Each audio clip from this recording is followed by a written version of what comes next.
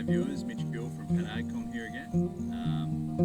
Standing in a commercial crop of summer sown chickpeas. So I'm just going to add on to Angela Patterson's video that she was talking about with her chickpeas. So I guess moving on from her stuff, we want to know how to sort of commercialise this research she's done and sort of fit it in our farming systems and work out how to actually manage the crop in a totally different environment than what we're used to. So we're standing in a crop of seamers here. So these were sown on the 26th of January, and they're at full potting now and into flowering. So we sowed this crop on probably half a profile of moisture ahead of all the rain we had in February. So we probably had roughly about 300 mils in crop, so pretty hefty amount. So we've started off.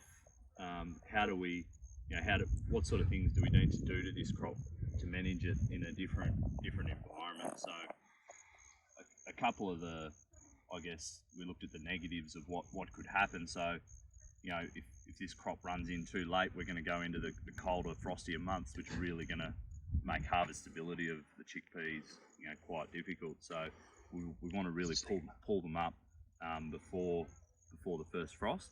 So a couple of things adding on from Angela's work, her research last year showed that seamer was probably the most determinant out of the chickpea varieties. So we sort of stuck with that, and from her research last year, we took that sowing window back a bit earlier, so 2 weeks earlier, and we also increased the planting rate to 100 kilos a hectare.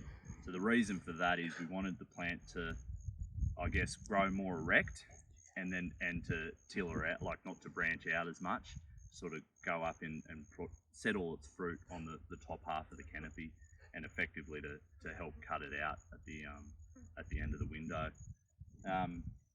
So management wise on this crop, we've probably just treated it pretty similar to the winter chickpeas. So ahead of a rain front, we chucked on our fungicide. So we've had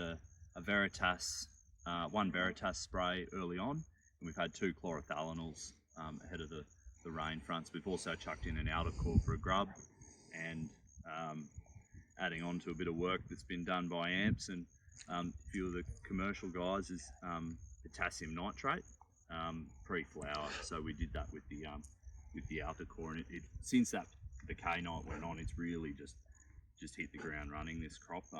So as you can see, as we zoom in, we've got quite a lot of pods here, and we're still flowering on these branches.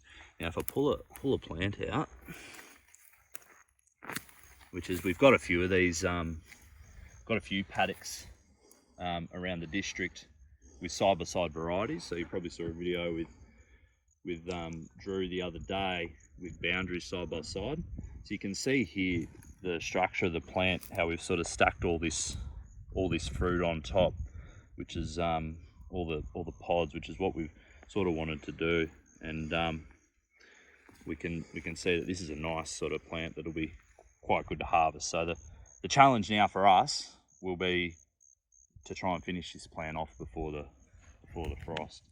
Another note there, you can see our nodules on the plant there. We've nodulated quite well. Another thing to note, I guess, in herbicide management on this paddock, we weren't really too sure how the pre-emergence would react under the high temperatures. So we went in with 50 grams of balance rather than the 100, and also 500 grams of the simazine. So just didn't really know how it would react under the hot conditions.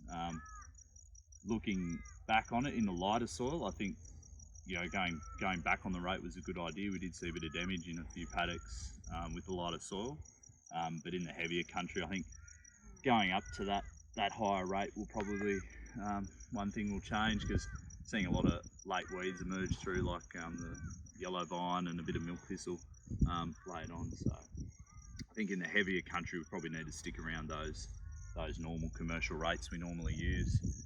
So this crop here, we've had just had about 25 mil in the last 3 days.